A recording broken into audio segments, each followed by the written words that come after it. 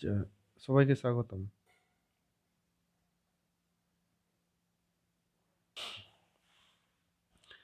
আজকে কি করব? এখন আমরা মাপযোগ ও পরিমাপ সম্পর্কে একটু দেখে নেব। ঠিক আছে? কি কোশ্চেন এর আগের বছরগুলোতে এসছে।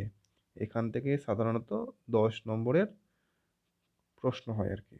হুম? পরিবেশ ও বিজ্ঞান ক্লাস 6 থার্ড সামেটিভ ইভ্যালুয়েশন। ওকে? তো চলো শুরু করা যাক দেখি। এই দেখো, মাপযোগ ও মাপযোগ ও পরিমাপ করেছি। মাপযোগ বা পরিমাপ।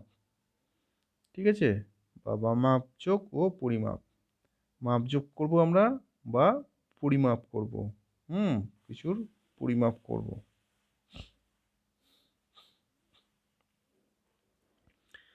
আচ্ছা, এখানে প্রথমে যে কোশ্চেনটা আছে সেটা হলো মৌলিক রাশি কাকে বলে? উদাহরণ দাও। বা শুধু বলতে পারে যে মৌলিক রাশি কাকে বলে?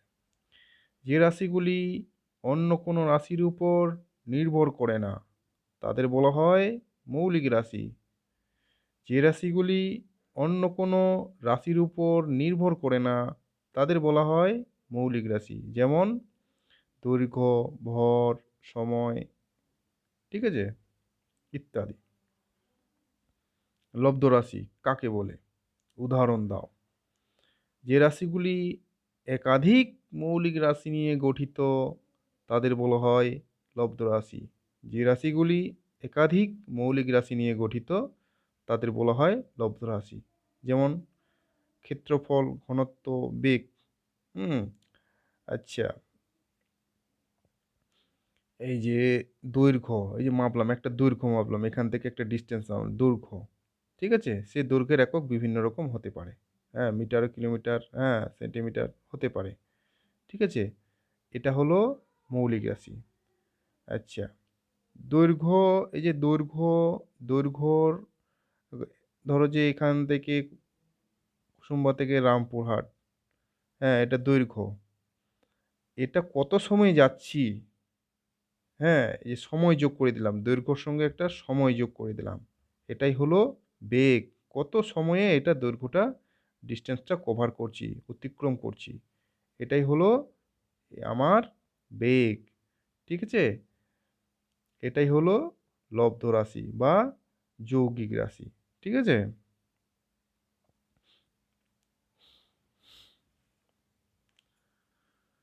আচ্ছা, একটা আরো মানে একটা ছোট কোশ্চেন, যে এরকম যদি থাকে প্রস্থ, সেকেন্ড, বেগ, ভর কোনটি আলাদা? মানে এখানে মৌলিক রাশিগুলো দেওয়া থাকবে, তার সঙ্গে লব্ধ রাশিগুলোকে মিক্স করে দেওয়া থাকবে। হ্যাঁ? কোনোটা ২ টো থাকবে, ৩ টে থাকবে, কোনোটা ১ টা থাকবে। হয়তো এটা ৩ টে থাকলো, এটার এখান থেকে ১ টা থাকলো। এরকমভাবে মিক্স করে দেওয়া হবে।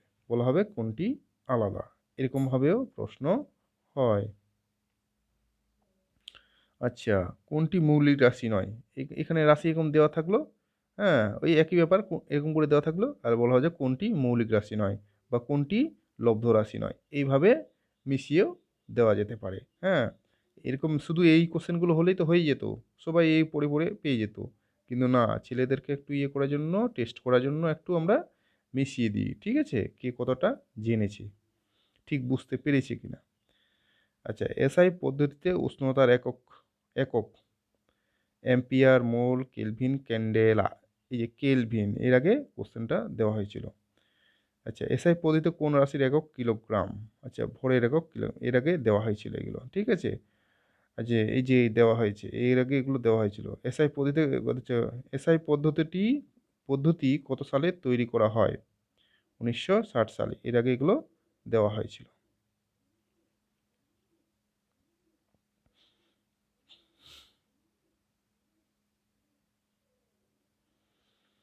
সৌরদিন কি? সৌরদিন কি? দিনের বেলা যখন তোমার জানালায় দিয়ে রোদ এসে প্রথম মেঝেতে পড়ছে, তখন থেকে আবার পরের দিন ঠিক ওই জানলা দিয়ে মেঝের ওই জায়গায় সূর্যের আলো আসার যে সময়, আসার মধ্যে সময়ের যে ব্যবধান, তাকে বলা হয় সৌরদিন। ঠিক আছে? হ্যাঁ, যেখান থেকে শুরু করব, রৌদ্র যেখানে পড়ছে আমার, যে জায়গাটায় দিনের বেলায়, ঠিক আছে? একটা ছোট্ট জানলা ধরে নাও। সূ সূর্যের আলো ১ম যেখানে এসে আমার পড়ছে, সারাদিন গেল। যত গড়াবে তত হয়তো এদিক যাবে, এদিক যাবে সূর্যের আলো। এরকম করে, করে রাত হয়ে যাবে। তারপরে পরের দিন আবার যখন একই জায়গায় সূর্যের আলো পড়বে, সেটাই হলো সেই পুরো সময়টাই হলো এক সৌরদিন। ঠিক আছে? এটা বইয়ে লেখা আছে আমাদের। এইভাবে।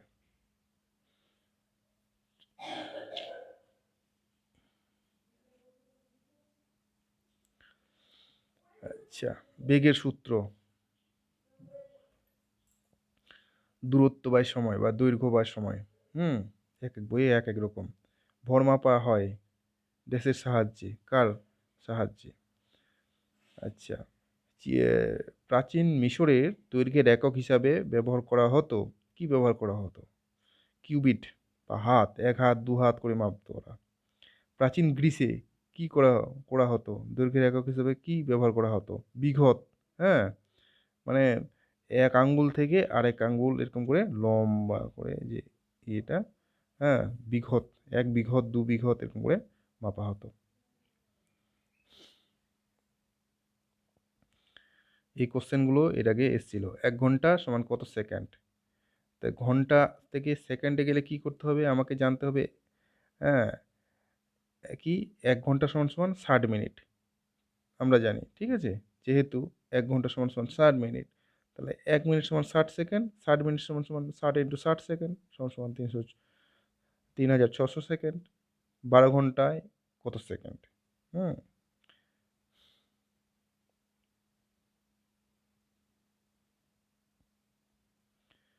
আচ্ছা, ১ মিনিট সমান ৬০ সেকেন্ড। আচ্ছা, তাহলে ১২ ঘন্টা সমান, সমান কত মিনিট?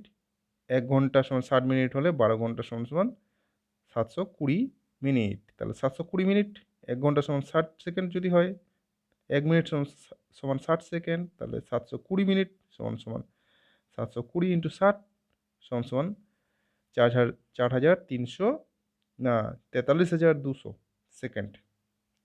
এখানে একটা ২৪ ঘন্টার দেওয়া আছে, বা ১ দিন ২৪ ঘন্টা না বলে ১ দিনও দিতে পারে সমান কত সেকেন্ড? এরকম, বা মিনিটও দিতে পারে। হুম? এখান থেকে একটু বুঝে, বুঝে শিখতে হবে। হুম?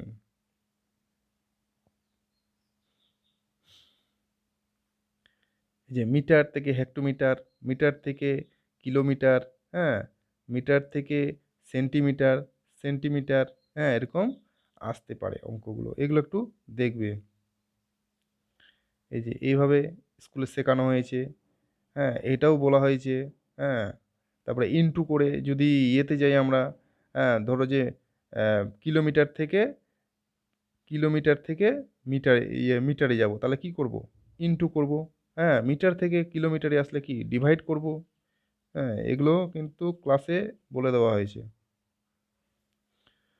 আচ্ছা, ওজন মাপা হয় সাধারণ তুলা যন্ত্রের সাহায্যে। এই যেটা আমাদের সাধারণ তুলা যন্ত্র। হুম? মানুষের উচ্চতা মাপা হয় সেন্টিমিটার স্কেলে।